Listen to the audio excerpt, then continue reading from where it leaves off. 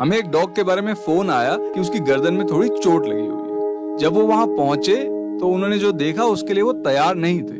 वो डॉग आसानी से उनकी पकड़ में आ भी नहीं रही थी, पर उन्हें पता था कि अगर उन्होंने उसको पकड़ा नहीं तो वो वहां पे तड़प तड़प के मर जाएगी। तो उनको अपना नेट के अलावा पोल एंड रोप कैचर भी यूज करना पड़ा।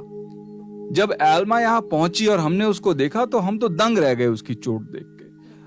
उसकी गर्दन का जो मांस है मैगट्स काफी खा चुके थे और उसके पूरे शरीर पे तारकोल लगा हुआ था। तो हुआ ये होगा कि सड़क बन रही थी, वो तारकोल में फंस गई। जब उसने अपने आप को छुड़ाया तो उसकी गर्दन का मांस शायद थोड़ा निकल गया और वो जो चोट है उस पे मक्खियां बैठी, उन्होंने अंडे दिए और मैगट्स उसको खाते खाते चोट इतनी बड़ी हो गई। तो हमने उसको एक ही दम पेन किलर दिए क्योंकि वो जाहिर सी बात है बहुत ही दर्द में थी, और फिर धीरे धीरे उसके मैगट्स निकालने शुरू कर। साथ ही में जो उसके ऊपर तारकोल चिपका हुआ था हमने वो भी साफ करना शुरू किया। यहां से जो उसकी रिकवरी का एक लंबा सफर था वो शुरू हुआ।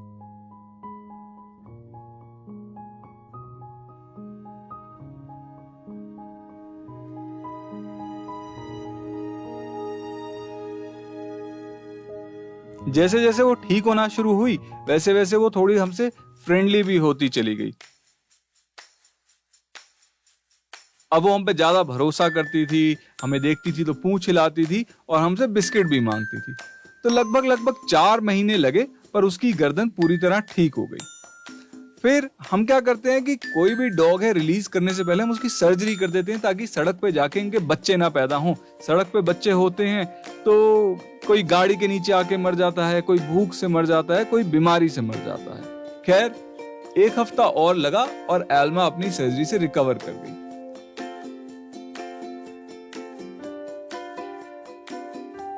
फिर हमने बड़े भरे मन से उसको वापस वहां छोड़ दिया जहां से वो आई थी, क्योंकि हम आखिरकार क्लिनिक हैं और हम उसको परमानेंट तो रख नहीं सकते। हाँ, छोड़ने से पहले हमने उसको एक कॉलर जरूर दिया जो चमकता है ताकि अंधेरे में वो कॉलर चमके और वो किसी दुर्घटना का शिकार ना हो। एल्मा तो यहाँ अपनी चोट की वजह से आई थी और उसे तो हमने पकड़ना ही पकड़ना था।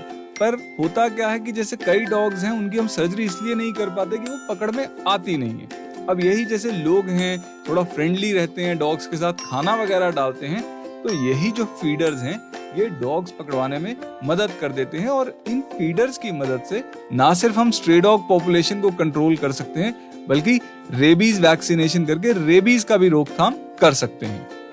तो मैं ये नहीं कहता कि आप सैकड़ों की मदद कीजिए, मैं नहीं कहता आप रोज मदद कीजिए, आप किसी एक की करिए, हफ्ते में 1 बार करिए, पर शुरू तो करिए। समाज में बदलाव लाने में आप भी हमारा सहयोग कीजिए। इस वीडियो को शेयर कीजिए।